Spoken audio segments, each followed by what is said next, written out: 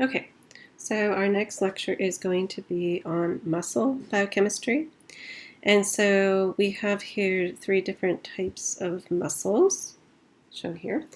And so in general, we have skeletal muscle, smooth muscle, cardiac muscle, and the metabolism of each is going to be similar, but the functions of the muscles are, of course, going to be very different.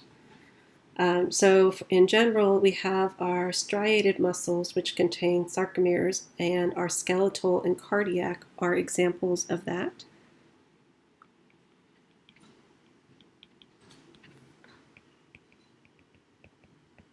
And these are going to, of course, have sarcomeres.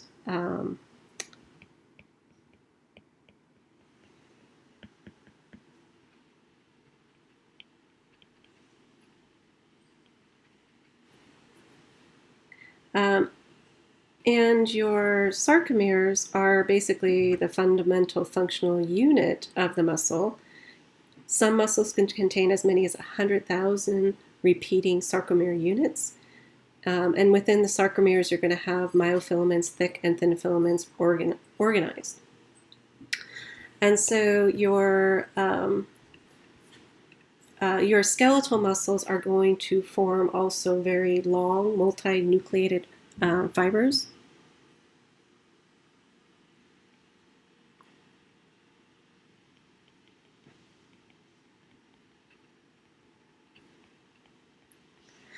And your smooth muscles are, of course, going to have no sarcomeres. And your cardiac muscles are typically going to only have one nucleus per cell.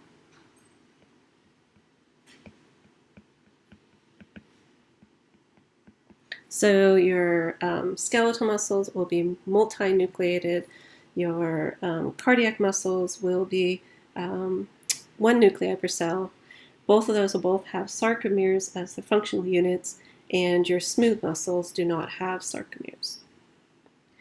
Now, this table is going to have a lot of information, and it's going to be important with respect to the metabolism and biochemistry of the different types of fibers. So we have slow twitch or slow speed contraction, which are called type 1 fibers. We have type 2 fibers, which have two subtypes. We have a type 2A, which is going to be your intermediate fast twitch, and we have a type 2B, which is going to be just fast twitch. Now, your things to keep in mind with these is what is going on downstream with respect to the use of fuels in these contractions of these types of fibers. So with the slow twitch, let's talk about that. This is going to be oxidative, so they have low glycogen content.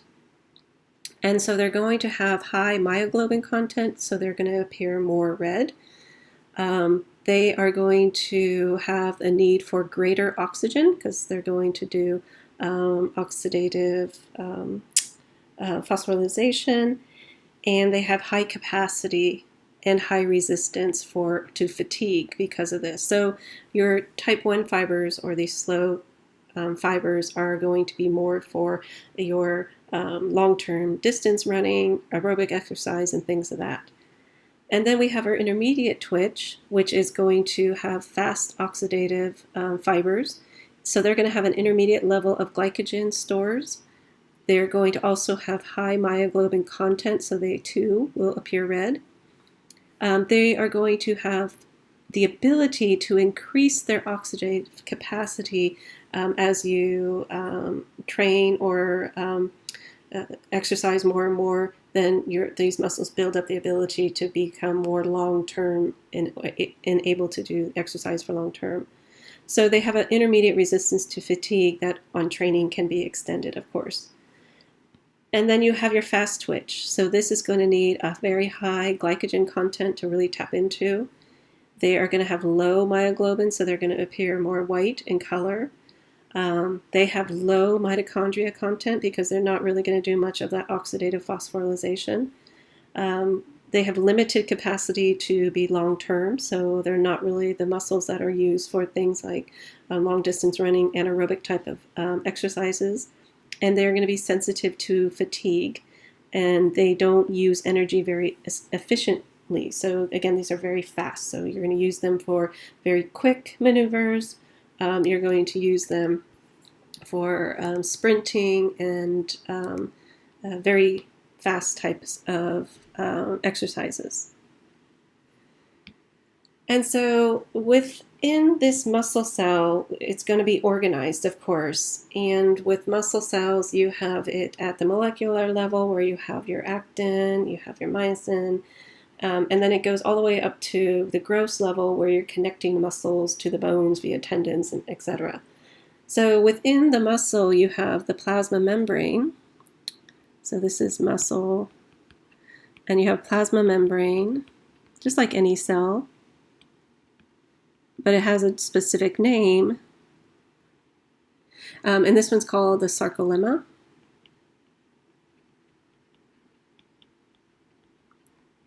And then each muscle is going to be made up of a bundle of fibers, and these fibers are going to be embedded in connective tissue, and the connective tissue is called the endomycelium.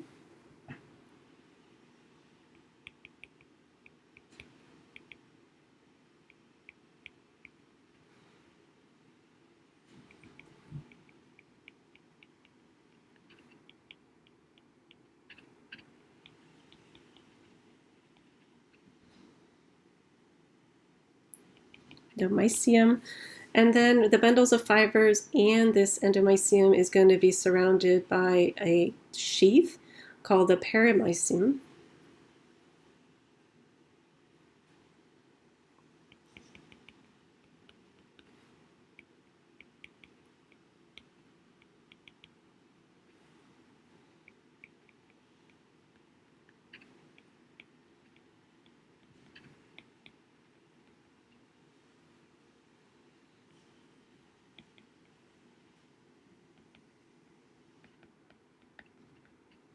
And the perimysium plus different contents is going to make up the fasciculus.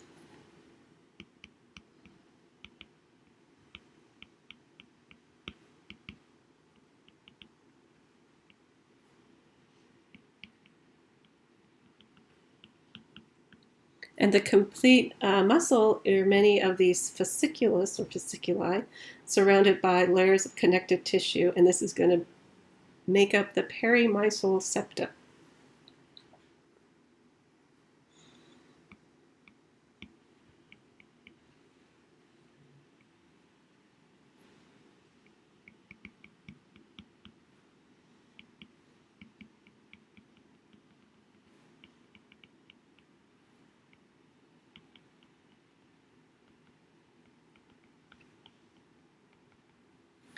Now, the contractile activity of muscle fibers are going to be associated with anatomical motion, and this is going to take place in a continuous system of this connective tissue and sheaths, and these are going to, of course, make up your tendons.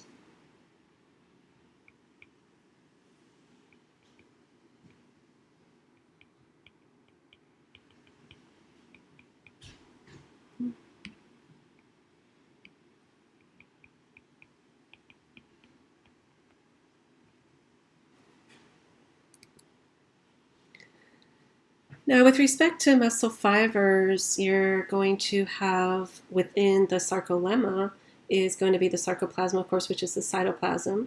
And you're going to have the normal cellular elements, but you're also going to contain long myofibrils. And a fibril is composed of contractile proteins. So you have your,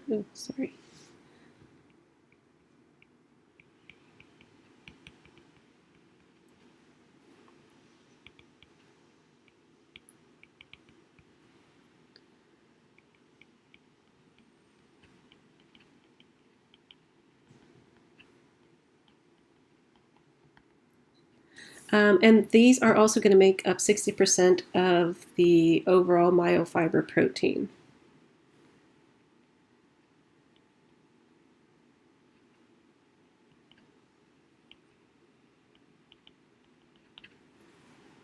A single myofibril is composed of short units, and they are simply just called the sarcomere. And the sarcomeres are going to be arranged end to end.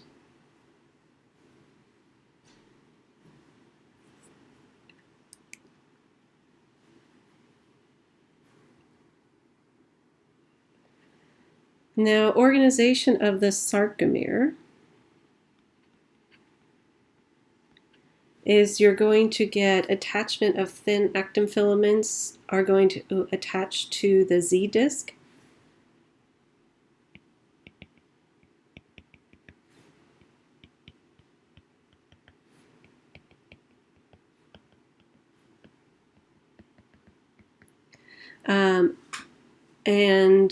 The Z disc is going to include the muscle proteins alpha actin, desmin, and vimentin.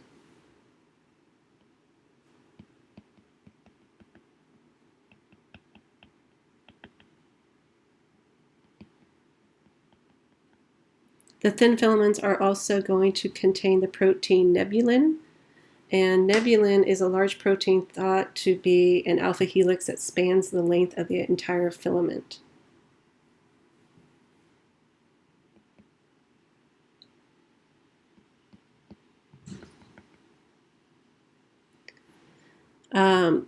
So the M line is what organizes the thick filaments. Oops, sorry. Here's your M line. And the M line is going to organize, again, those thick filaments. And so you see it's going to happen on both sides. And titin is what links the thick myosin filaments to the Z disc. So here's your titin filament.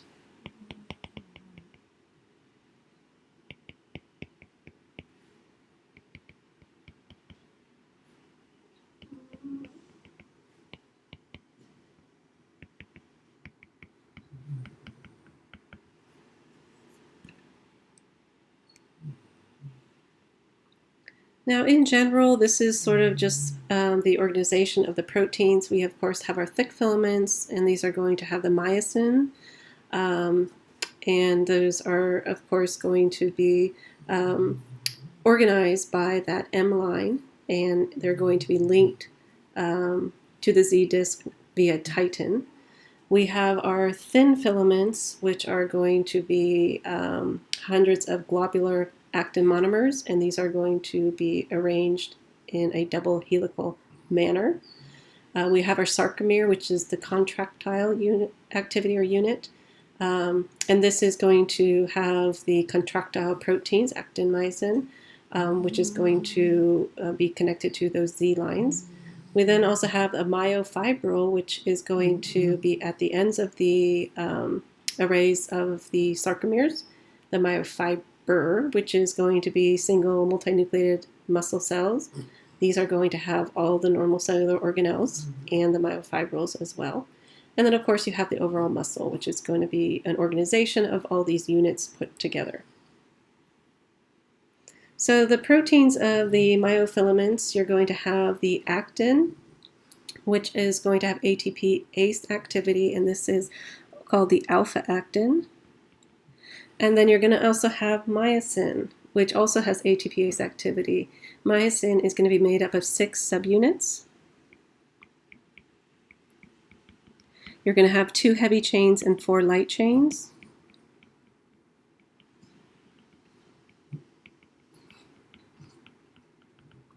And the heavy chain is what has the ATPase activity.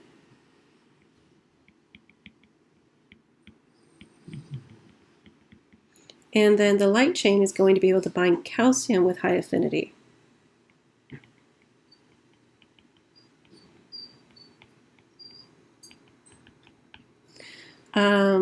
Now they're going to have 2 different types of light chains. You're going to have 2 alkali light chains. These are light chains that are not phosphorylated.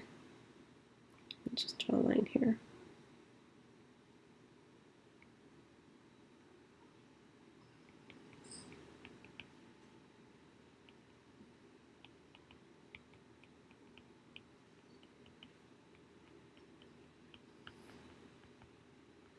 And then you have two of the chains are going to be phosphorylated by the myosin light chain kinases.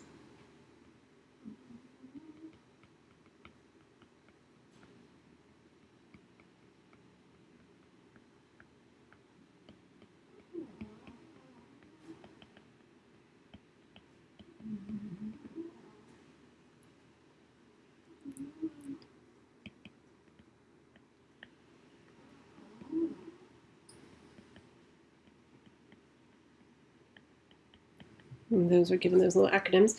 And so these are going to be regulatory. So phosphorylation is going to regulate ATPase activity of the heavy chain and whether or not it's going to assemble into thick filaments.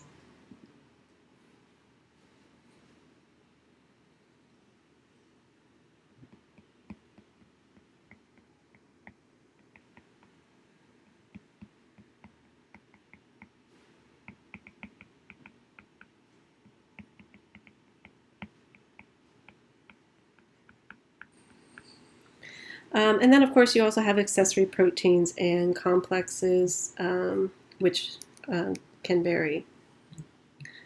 So this picture just shows organization of actin thin filaments. We have troponins. So we have troponin T, we have troponin C, and we have troponin I. Troponin T is what's going to bind to tropomyosin.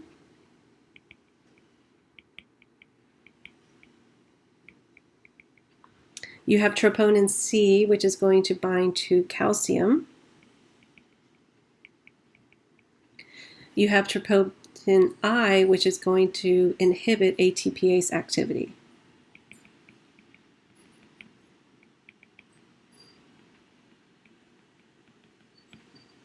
You also have actin, which has ATPase activity.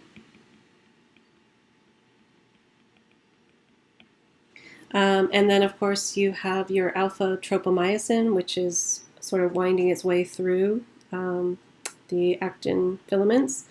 You have your thick filament here, you have your thin filament here, and you have on your myosin light chain, you have this little red dot, and this little red dot is also a calcium binding site.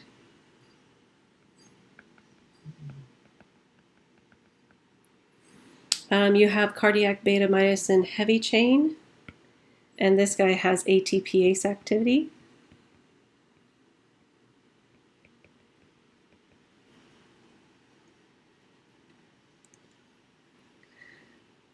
Now, tropomyosins are going to be long rod-like alpha beta helixes that are going to span the length of 7 G-actin residues.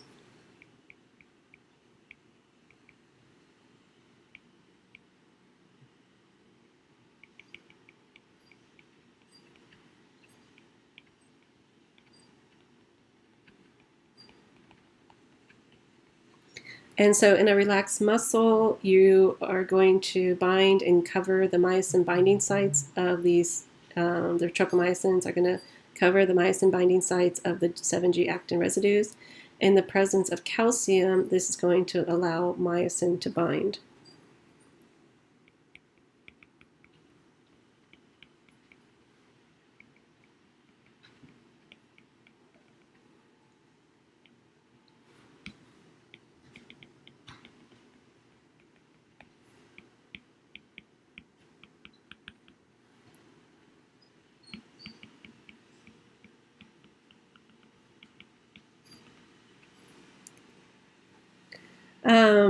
Now, your troponin complex is also called TNC, and this is a calcium binding subunit.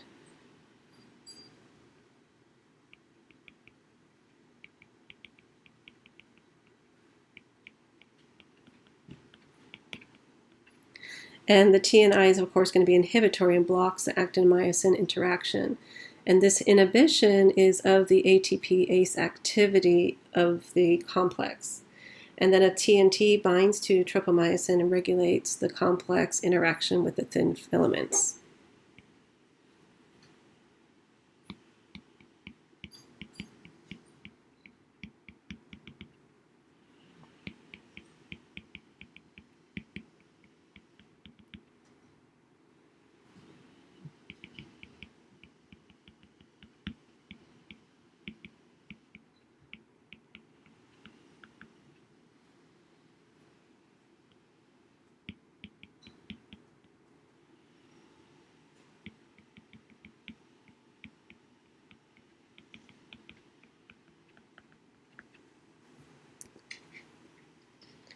Okay, so now with respect to skeletal muscles are voluntary.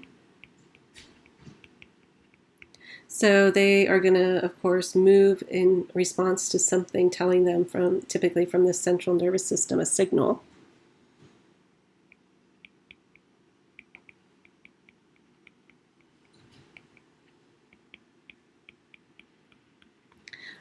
You have peripheral nerves, which are motor neurons alpha and gamma.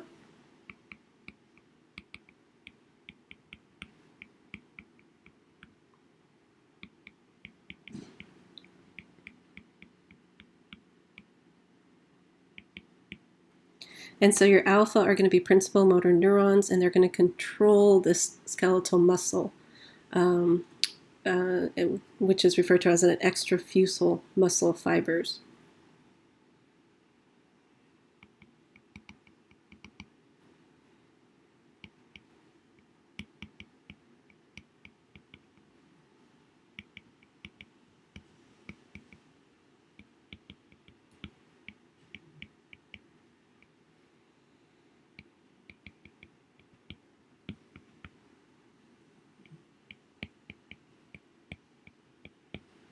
And then the gamma are going to control contraction of intrafusal skeletal muscle fibers.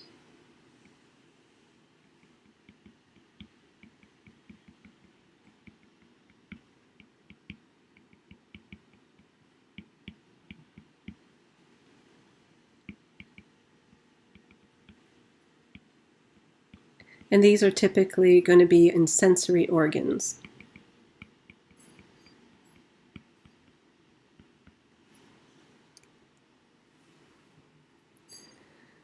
Now, for thin filaments, you're going to have no calcium tropomyosin covering of the myosin binding sites on actin. So the calcium in the sarcoplasm, presence of calcium in sarcoplasm is going to result in calcium binding to the troponin C complex.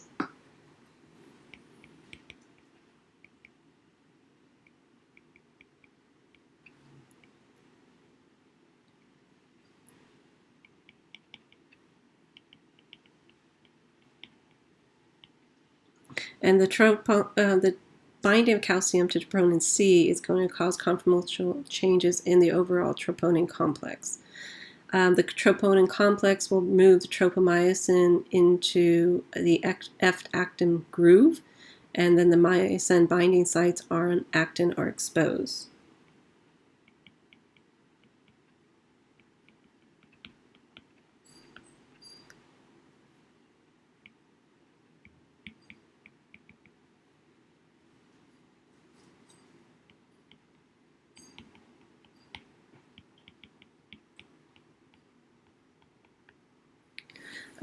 And so if you remove calcium, then this is going to restore the original conformation of the troponin complex and of tropomyosin, and the myosin binding sites are going to be blocked.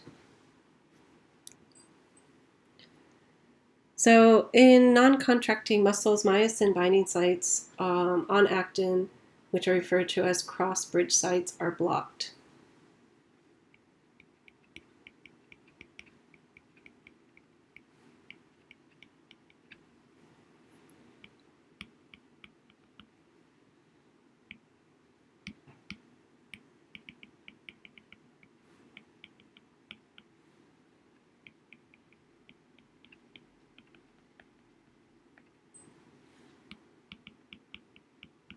And then the myosin in this stage is going to exist in a high energy conformation.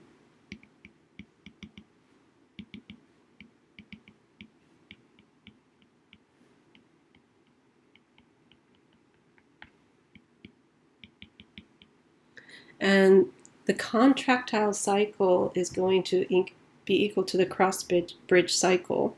And the ATP hydrolysis is what's going to drive myosin from that low energy to a high energy.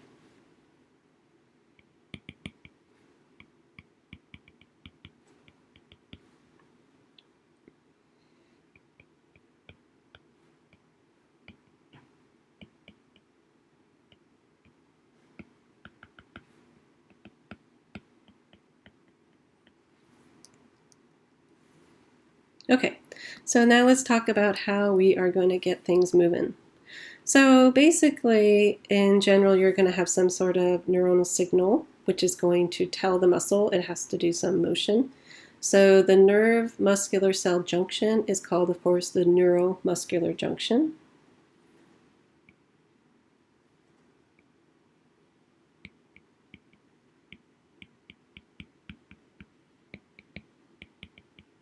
And the nerve cell is going to release acetylcholine. So you have acetylcholine that gets released, these little dots. And so acetylcholine, of course, is going to be stored inside the nerve. And then the nerve is going to be activated and release acetylcholine into the junction. And this is going to stimulate the opening of sodium channels on the sarcolemma.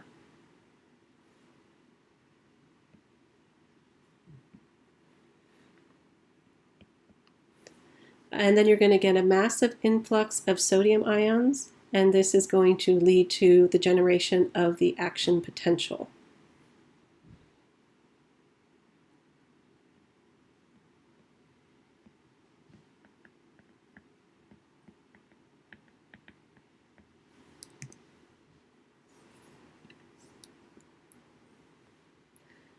Now, in general, this is the list of events that are going to happen, which is going to eventually lead to the release of calcium in skeletal muscle.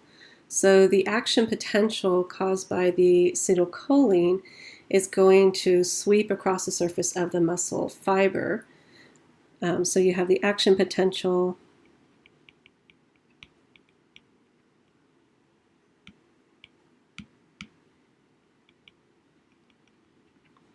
is going to sweep across the muscle fiber and down the transverse tubules.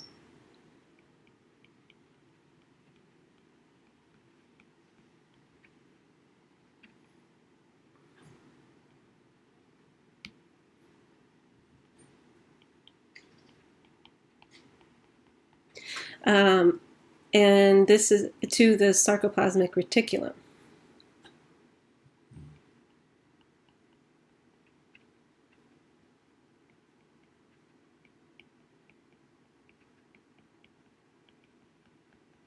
And where this is going to initiate the release of calcium from the lumen of the sarcoplasmic reticulum. And this is going to be caused by the ryanodine receptor.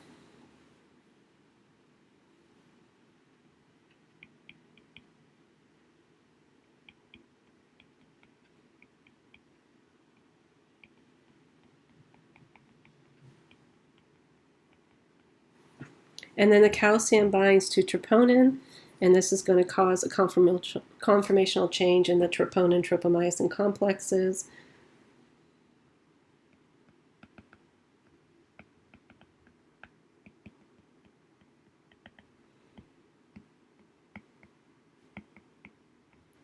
And so the complexes are going to move away from the myosin binding sites on the actin.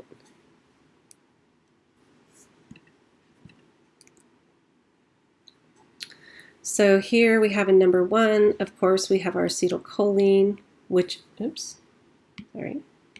have our acetylcholine, which is what is causing, is at the neuromuscular junction, is causing the sarcolemma to open the sodium ion pore. And so you get sodium comes in, potassium leaves, and then this is going to create the membrane polarization.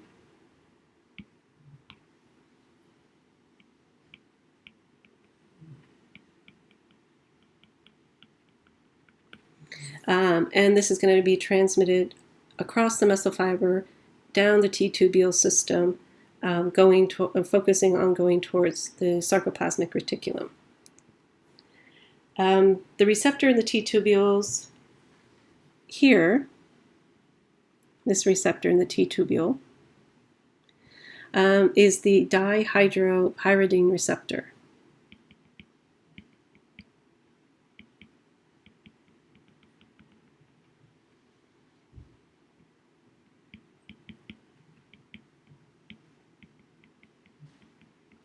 And this is going to be activated by that membrane polarization.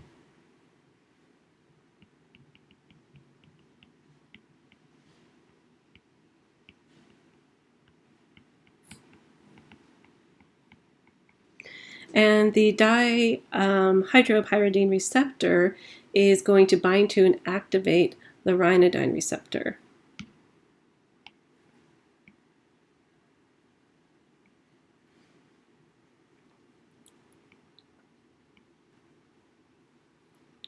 Move this.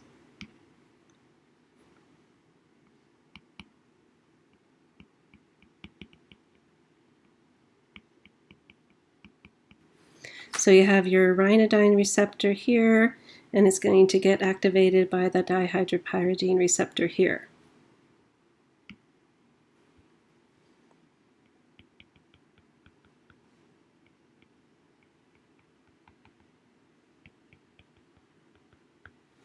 And then this causes depolarization and induces calcium release.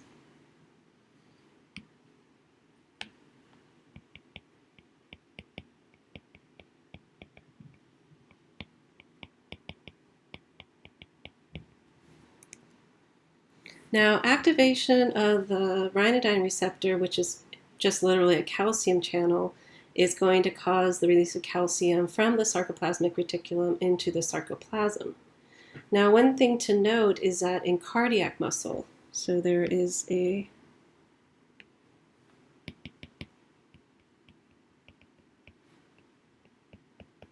So in cardiac muscle, the activation of that dihydropyridine receptor leads to calcium release from the T tubules.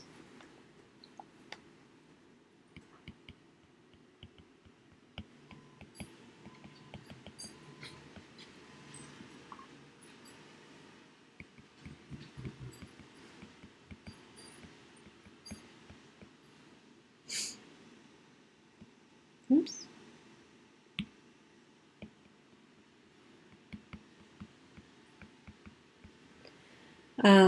And this is a small amount of calcium release, but it can activate cardiac ryanodine receptors. So this is referred to as calcium-induced calcium release.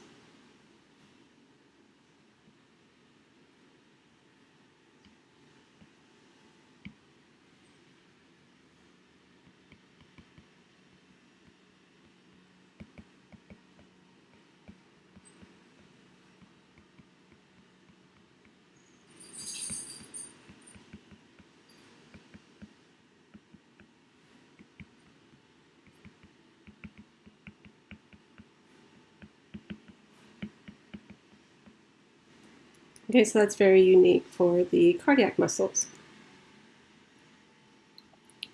Now, this is just to show sort of just an image of resting versus contracting muscle fibers. So in the myosin head attaches to the myosin binding site on the actin, and this is going to cause a conformational change.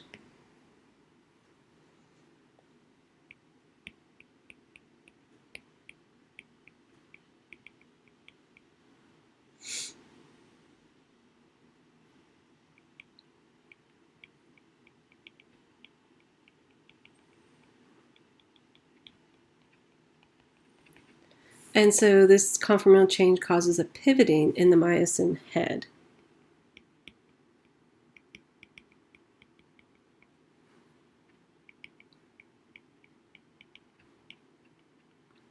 This leads to a shortening of the sarcomere.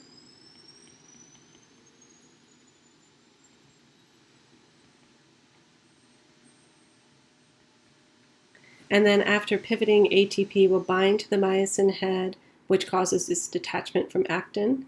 And then it is reset so it's available to bind to another myosin binding site on the actin.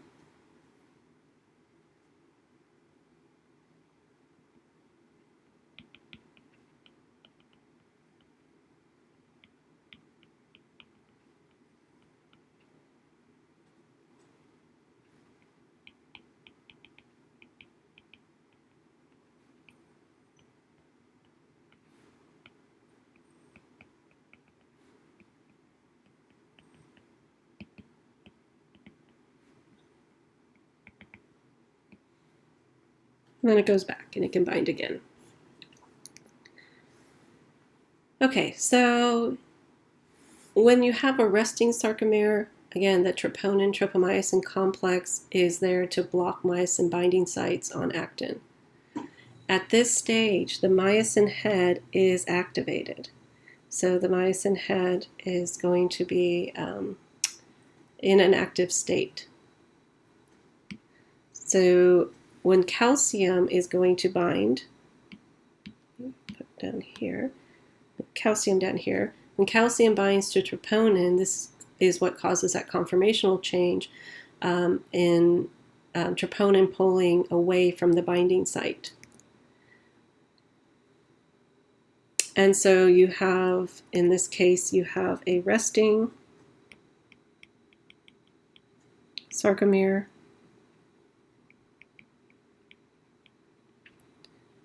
And then you're going to have, in this stage, myosin head is energized. It just cannot bind because troponin is blocking the binding. And then here where you have an increase of calcium, this will bind troponin. And then the actin binding sites become exposed.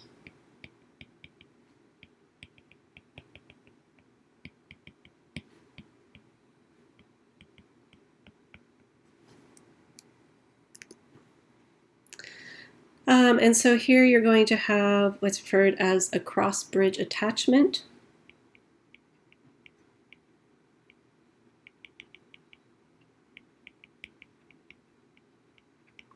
And this is where those actin binding, the binding sites on actin are going to be exposed, and then the myosin heads are able to bind.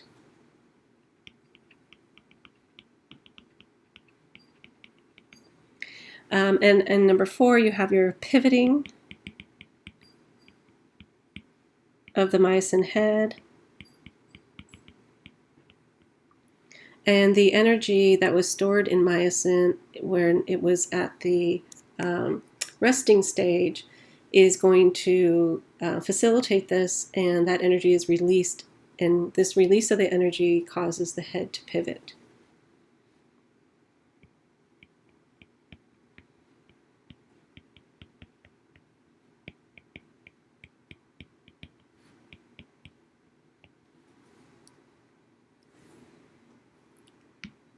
So you have calcium binding, and you're going to release the energy, which causes the pivoting. And then finally, you're going to get detachment.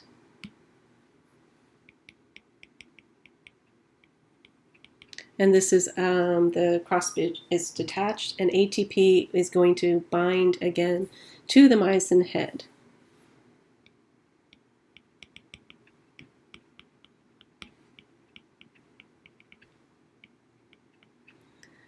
And so this happens at the same time that myosin is detaching from the actin.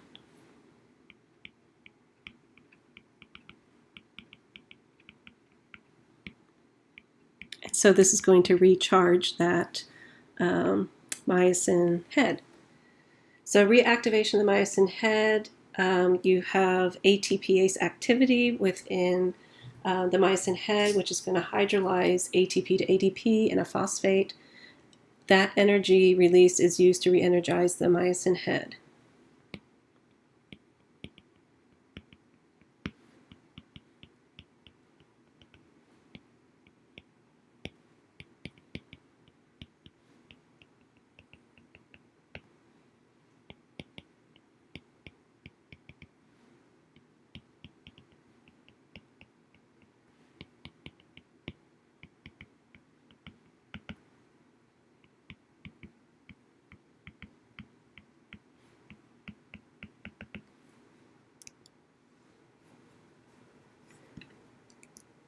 Okay, so in general, as long as calcium and ATP are available, the myosin heads will repeat this cycle over and over again.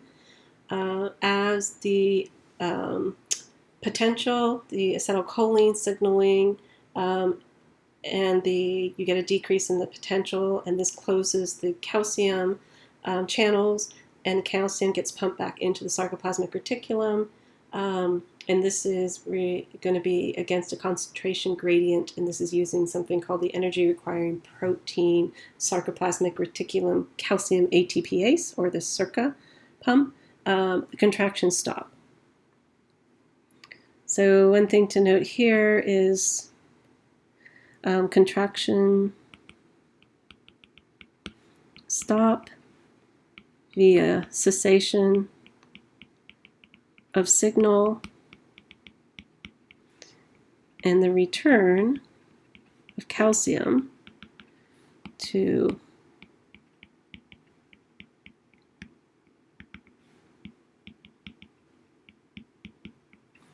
and this is against a concentration gradient.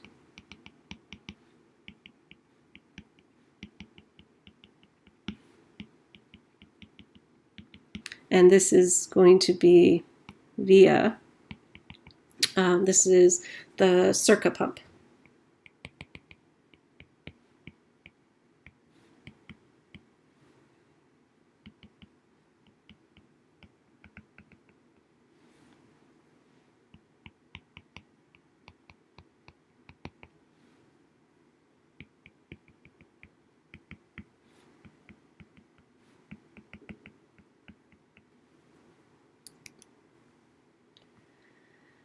All right, so skeletal muscle requires the action potential, again, from that motor neuron. So you're going to have some sort of action potential.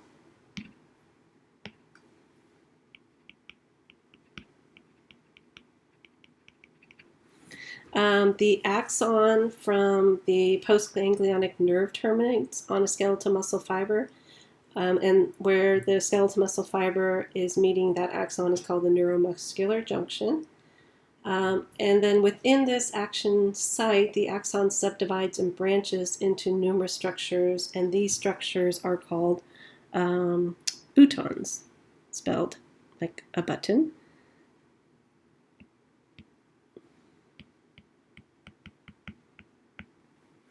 And these boutons are going to be innervated with numerous muscle fibers.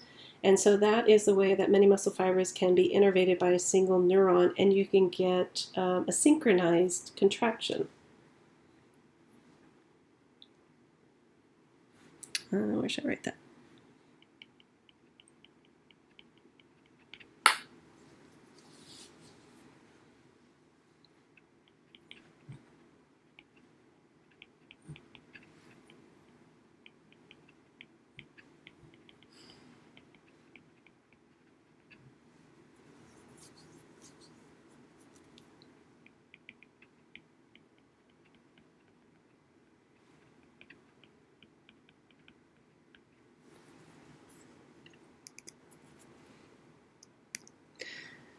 So the skeletal muscle end plate is, again, you have your motor neuron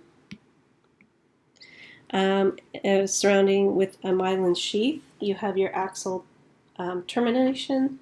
You have your terminal bouton. And then, of course, you have your acetylcholine vesicles that are ready to go. So as soon as an action potential moves down that axon, you are going to get release of the acetylcholine. This, again, is going to open up your sodium channels, shown here, so you get an influx of sodium.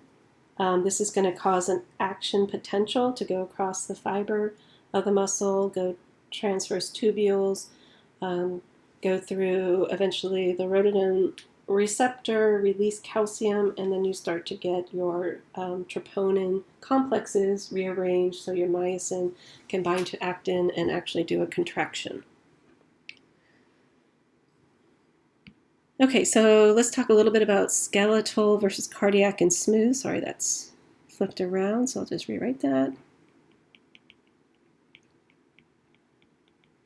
So your skeletal muscle are going to be innervated.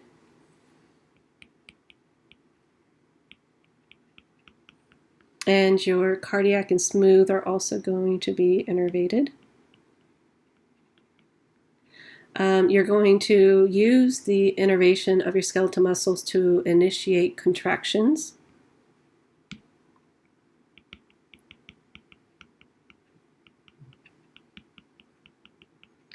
Whereas with your cardiac and smooth, your innervation is going to modulate contractions.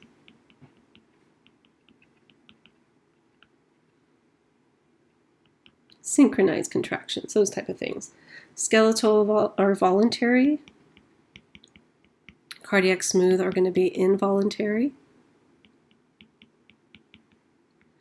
Your skeletal muscle is going to require the action potential, which is going to have to come from a motor neuron.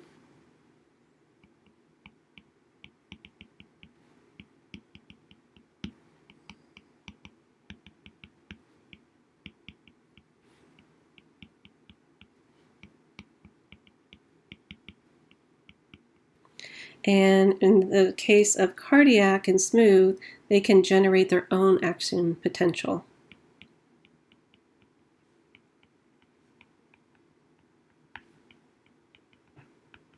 That's why they're involuntary. The skeletal muscle, the motor unit, is going to allow for spatial controls or control of contractions.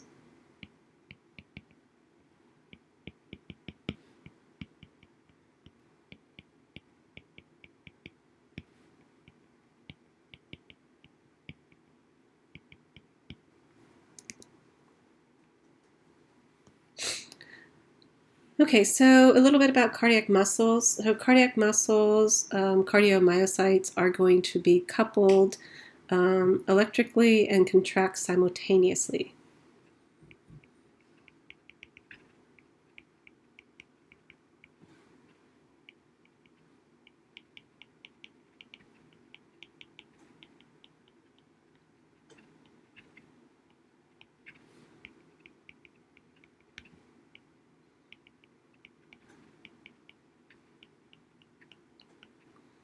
Now the communication, or this electrical communication, is going to occur at gap junctions, and these are points which are referred to as nexi.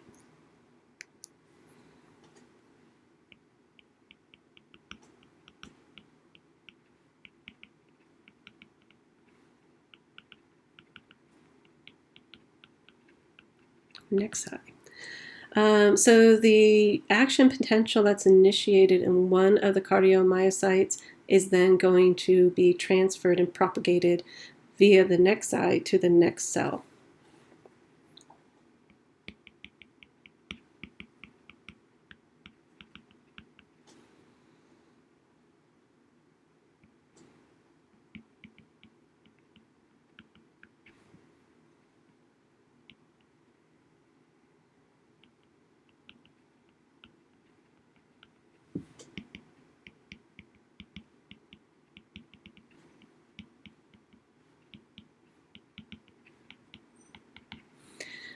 Now the downside of this is that if you have some sort of pathophysiological activation of your cardiomyocytes, this can activate the whole heart as in its entirety.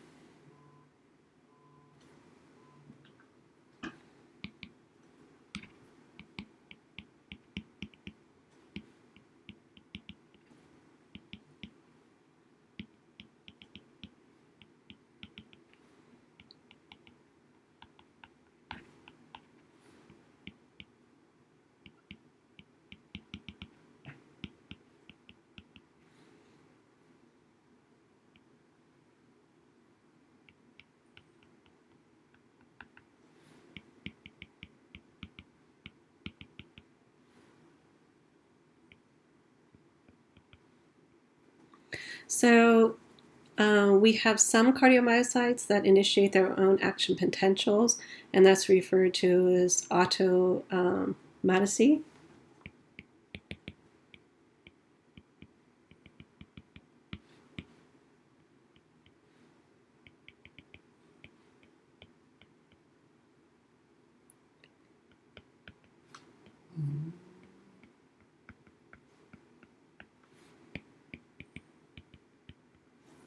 And then cardiomyocytes are also going to exhibit periodicity to initiation, which is a symphony or synchronization.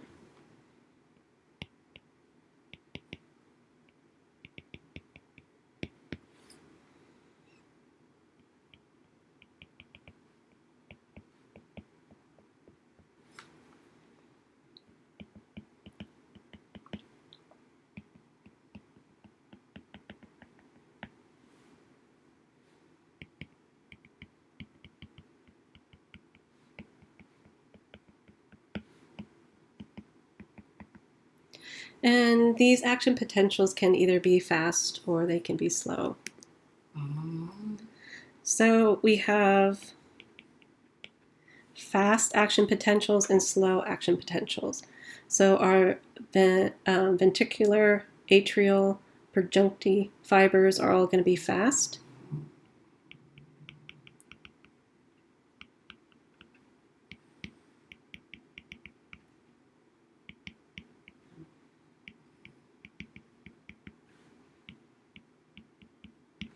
And then the depolarization is going to last longer than skeletal muscles, and these are going to have plateau phases.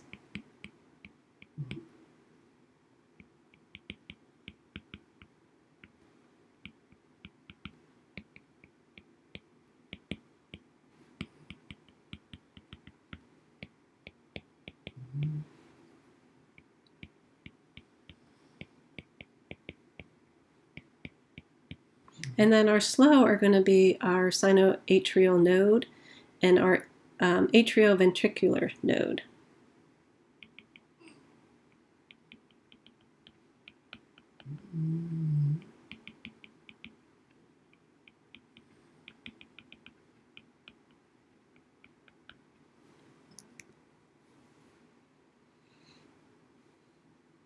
Okay, so with respect to cardiac muscle, they're going to have ions that are going to generate, propagate, as well as terminate action potentials, and these ions are potassium, sodium, and calcium. So before we get to the resting membrane, just wanted to make some notes here that you have potassium, sodium, and calcium, which are going to be the ions to both start, continue, and terminate action potentials.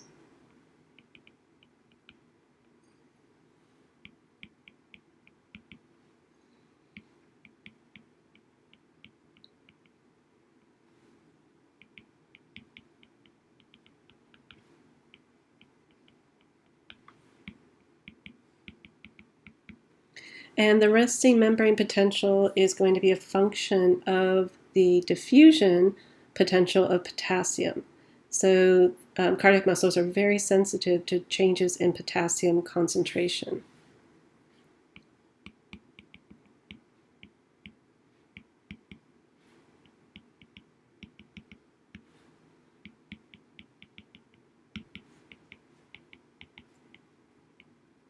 So when you have high plasma K or potassium,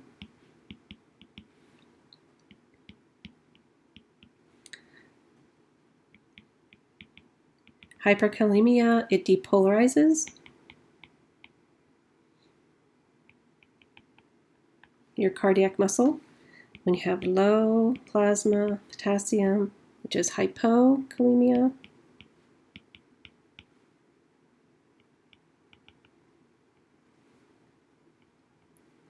this is going to hyperpolarize cardiac cells.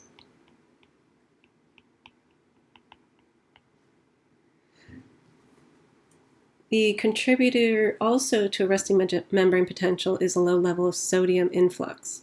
And the low level of sodium influx does not have any association with actual membrane depolarization.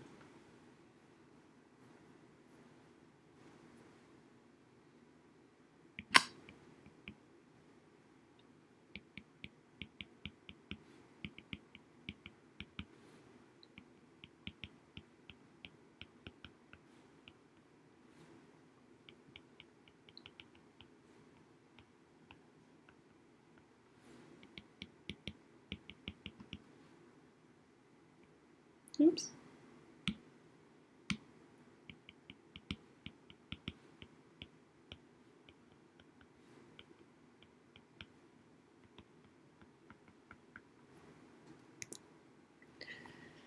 So with respect to a cardiac membrane potential, you probably have done this in physiology, so I just like to do this to remind you. We have somewhere down here, we have 80, and then up here in the minus, we'll have a plus 60 up here, and then somewhere in between we'll have a 0, and then we have 20, 40, minus 20, minus 40. Should make this a little bit longer. Oops. Minus 60, minus 80. Okay. And so you basically are going to have your sodium come in. So it's going to start, and it's going to go up. And then, so here is sodium in.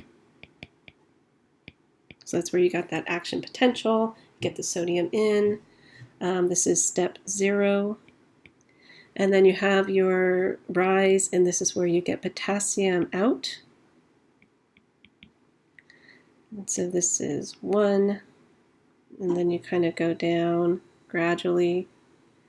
And this is where you have your calcium in, potassium out.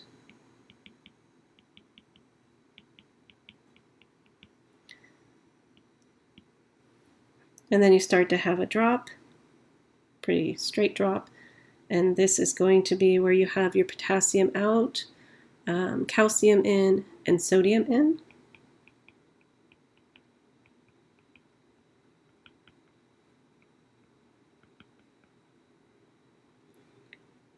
And then down here, you're going to have leaking of your potassium out and your sodium in and calcium in.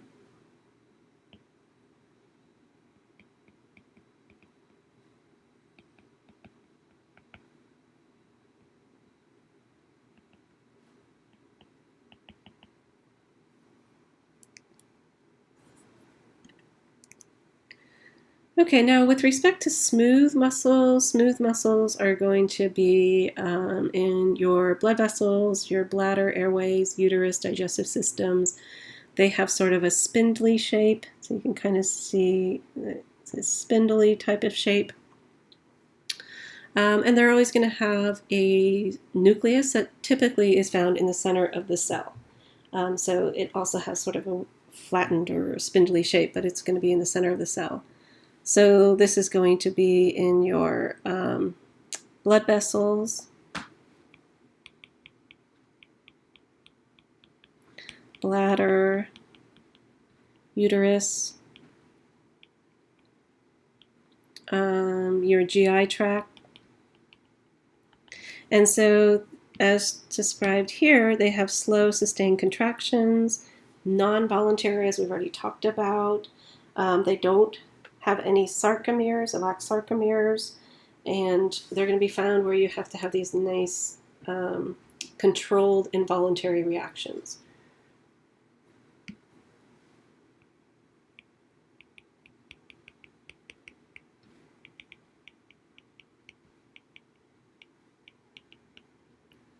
So you're going to have to move food through your digestive tract.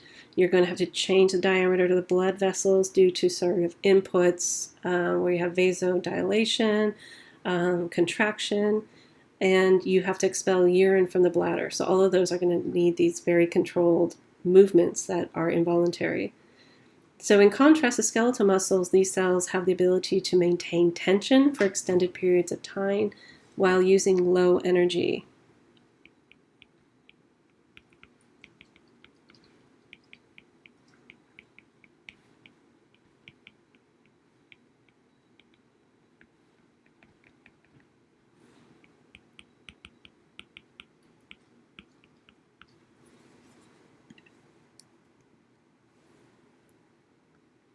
Now, smooth muscle cells also do not contain troponin complex.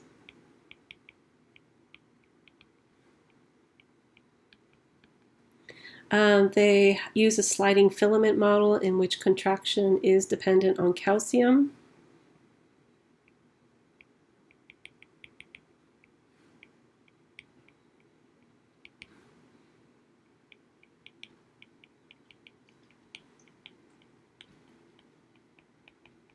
And you have a calcium calmodulin binding protein called caldesmin.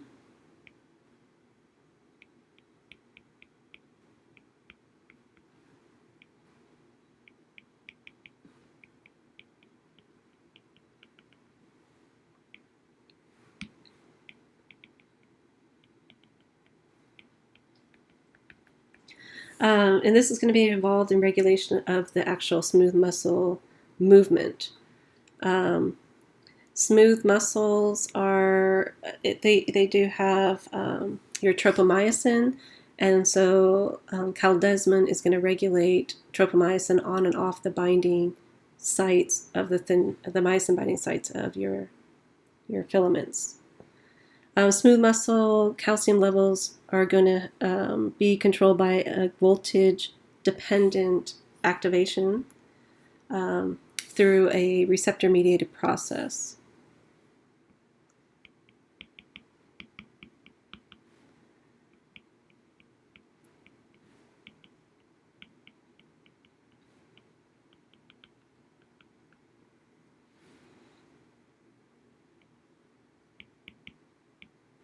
Oh, sorry, it should be voltage.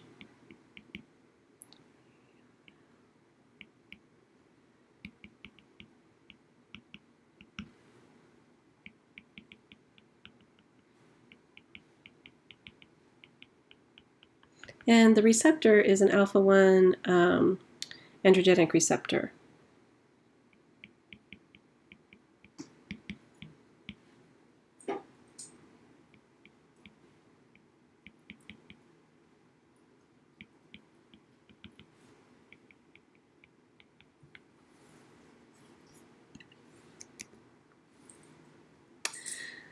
So basically, as we've talked about throughout biochemistry, we've talked a lot about energy use in the muscle. And so keep in mind that it is insulin sensitive,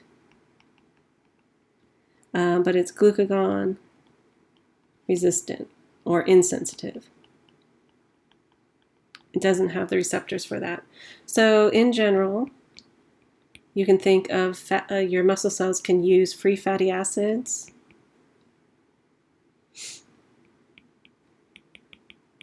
It can use ketone bodies. It can use glucose, amino acids. In the resting stage,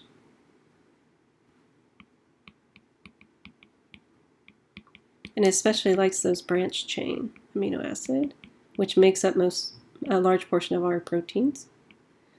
In the resting stage, it's going to use free fatty acids, and these are going to come, of course, from adipose tissue. It can also use ketone bodies, which is going to come from liver.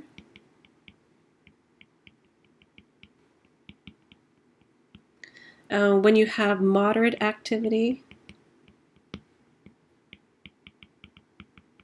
you're going to use glucose, fatty acids, and ketone bodies. When you have those active fast twitch,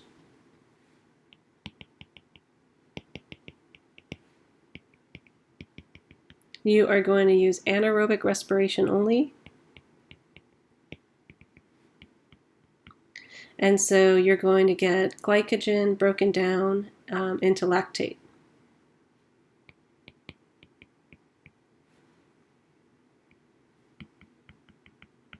However, glycogen is only 1% of the total weight of muscle cells.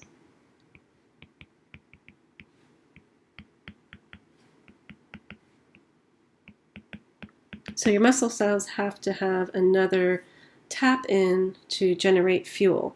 So skeletal muscles can use many fuels to generate ATP. The most abundant immediate source of fuel in your muscle cell is going to be from creatine phosphate.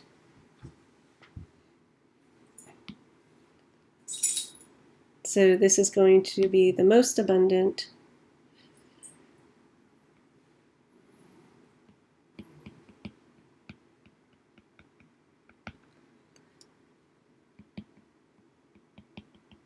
Immediate source of ATP.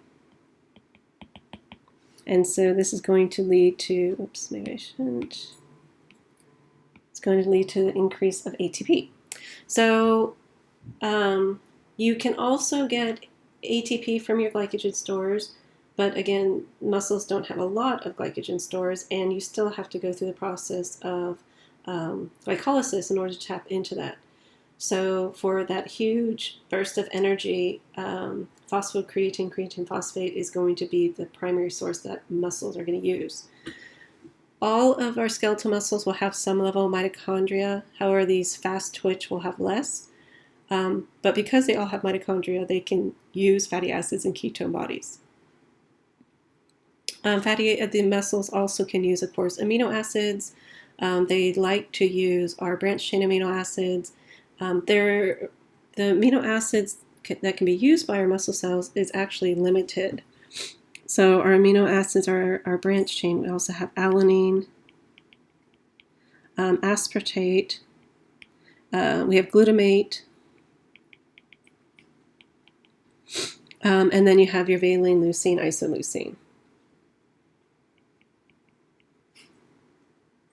And so these are the only carbon sources that your muscle cell can oxidize.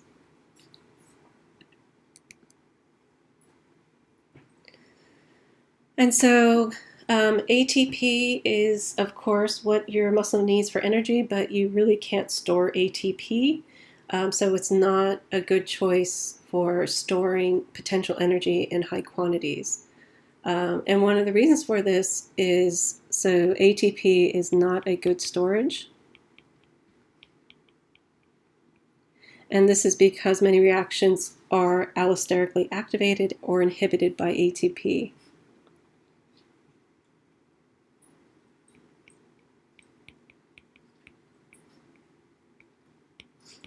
So having a lot of ATP around can affect many different pathways. So muscle cells have solved this problem by storing high energy phosphate bonds in the form of creatine phosphate.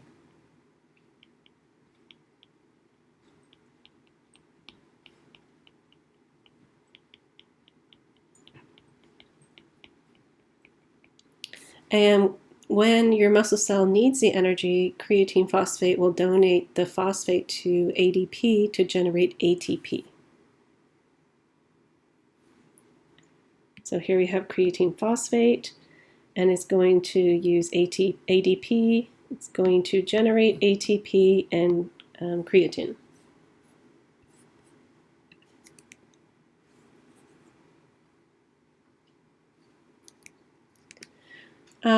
Now, creatine is going to be synthesized, and it's going to use it's kind of similar to vitamin D, where it has several locations it needs to move around in.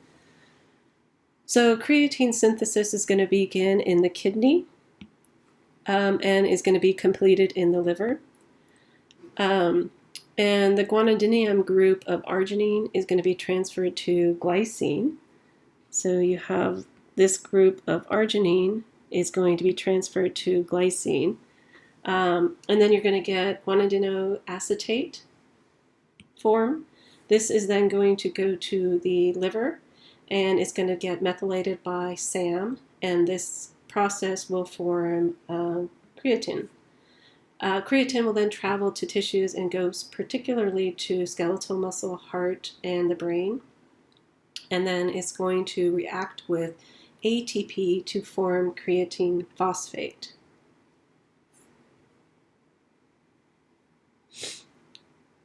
So creatine is going to, again, interact with ATP and is going to generate creatine phosphate. So you're going to add that phosphate. Creatine phosphate is going to be potentially an unstable compound which can form creatinine, and that is a spontaneous cycling of your creatine phosphate. So creatine phosphate will form the creatinine. And then creatinine cannot be utilized, so this has to be excreted in the urine. And the amount of that excreted every day is going to be constant and also depends on the body mass of the individual.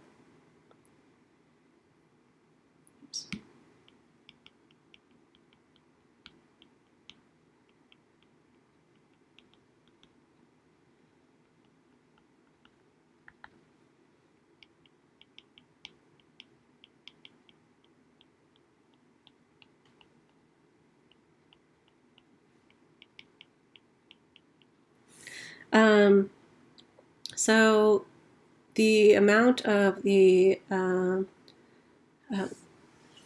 being excreted is going to be used to determine the amounts of other compounds excreted in the urine because it's constant, and it's used as an indicator of renal excretory function. And that's because it is a constant. Oops, sorry.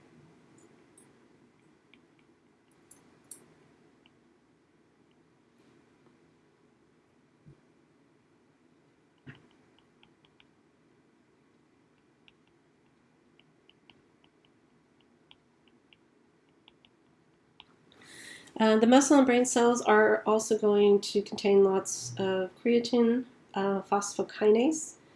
And creatine phosphokinase will be released when there is damage to muscle and brain cells. And so that can be a measurement of damage to those organs.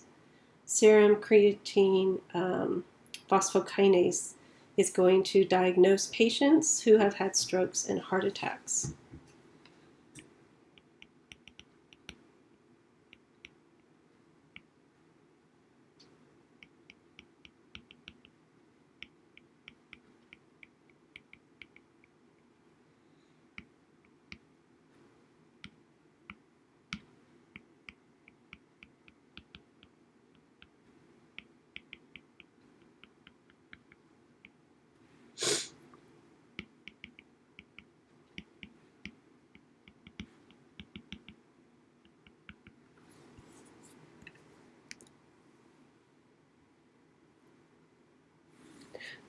Okay, so with respect to creatine kinase, there are going to be several isoforms, isozymes, enzyme. You are going to have mitochondria isozyme,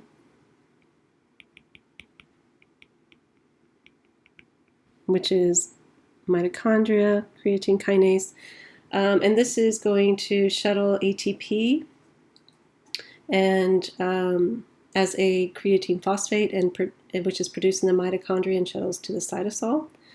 You have cytosolic enzymes in tissues, especially those that are going to need high use of ATP. So your myofibrils and the sarcoplasmic reticulum are going to have a cytosolic version of this enzyme.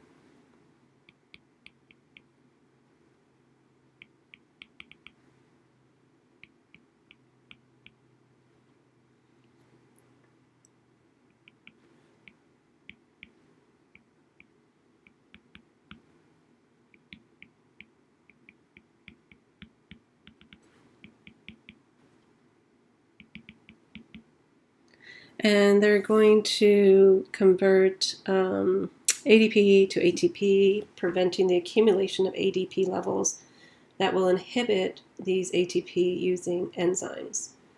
So again, you have your cytosolic version, your mitochondria version, and your cytosolic version, which is going to be able to transfer phosphates to creatine.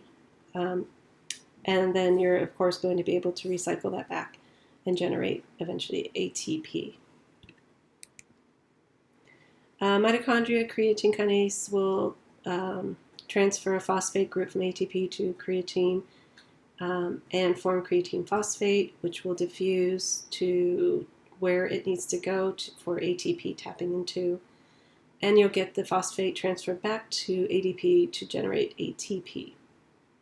Cytosolic creatine kinase can do the same thing, can use ATP to also generate phosphocreatine as well.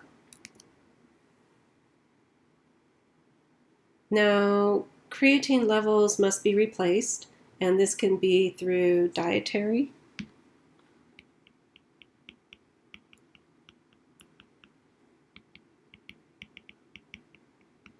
and so this is typically going to be in meat. You can also have de novo synthesis from glycine.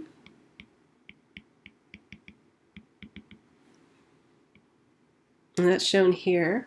And glycine is going to have an aminotransferase in which you have arginine to ornithine. And then you're going to have that guanidinoacetate which requires a methyltransferase with methionine and SAM, which is occurring in the liver. And then you get your creatine. Creatine kinase will transfer phosphate, so you get your phosphocreatine. And again, this is all occurring in the kidney first. And so over here we have kidney. And then here we have our liver. And then it gets released, and you're going to take up, muscles are going to take up the creatine.